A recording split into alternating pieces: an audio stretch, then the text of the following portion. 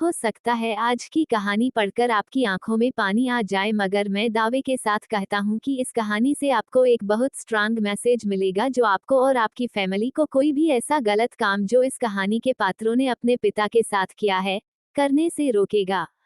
आपको पता चल ही गया होगा कि यह कहानी है एक बूढ़े मजबूर पिता की है। एक गांव में एक आदमी रहता था जो बहुत बूढ़ा हो चुका था, जिस वजह से उसे कम दिखाई देता था और बहुत कमजोर हो गया था। इसलिए अपनी बची कुची जिंदगी अपने बेटे के साथ बिता सके इसलिए शहर में रह रहे उसके बेटे के घर रहने चला गया।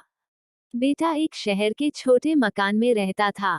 मकान तो उसका छोटा था लेकिन उसके अंदर जो चीजें थी वह महंगी थी।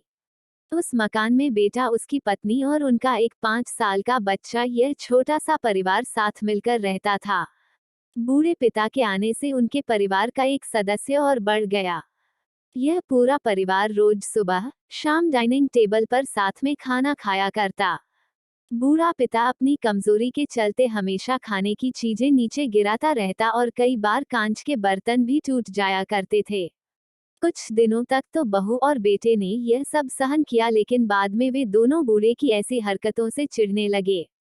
एक दिन बेटे ने कहा कि ऐसा कब तक चलेगा, हमें कुछ करना पड़ेगा। उसकी पत्नी भी इस बात से सहमत हुई।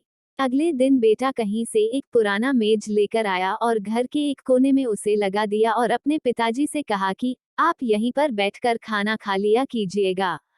उन्होंने एक लकड़ी का बर्तन भी बनवाया जिसमें वे अपने बूढ़े बाप को खाना देने लगे।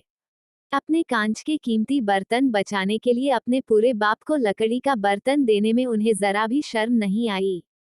अब खाने का समय जब जब होता तो बूढ़ा बाप एक कोने में बैठकर खाता और बाकी का परिवार डाइनिंग टेबल पर खाना खाया करता। डाइनिंग टेबल पर बैठे बैठे दोनों पति पत्नी कभी कभी अपने बूढ़े बाप की तरफ देख लिया करते। बूढ़े बाप की आंखों में उन्हें आंसू भी नजर आते, मगर उन पर जैसे कोई असर ही नहीं होता। बूढ़े का पोता भी यह नजारा हमेशा देखता और वह अपने में ही खोया रहता। एक दिन जब पति पत्नी डाइनिंग टेबल पर बैठकर खाना खा रहे थे तब उनका बच्चा जमीन पर बैठकर कुछ कर रहा था। उन दोनों ने बच्चे के हाथ में लकड़ी का टुकड़ा देखा, लेकिन उन्हें कुछ समझ में नहीं आया कि बच्चा लकड़ी के टुकड़े के साथ क्या कर रहा है। जब बच्चे के पिता ने उसे पूछा कि बेटा आओ खाना खा लो, तुम नीचे बैठकर क्या कर रहे हो, तब बच्चे ने भोलेपन से कहा, अरे मम्मी पापा, मैं आप दोनों के लिए लकड़ी का बर्तन बना रहा हूँ ताकि आप लोगों को जब आप बुरे हो जाओ तो दिन में खाना दे सको। अपने नादान बेटे द्वारा दी गई यह सहज बात दोनों के दिल में तीर की तरह उतर गई। दोनों एक दूसरे का चेहरा निहारने लगे।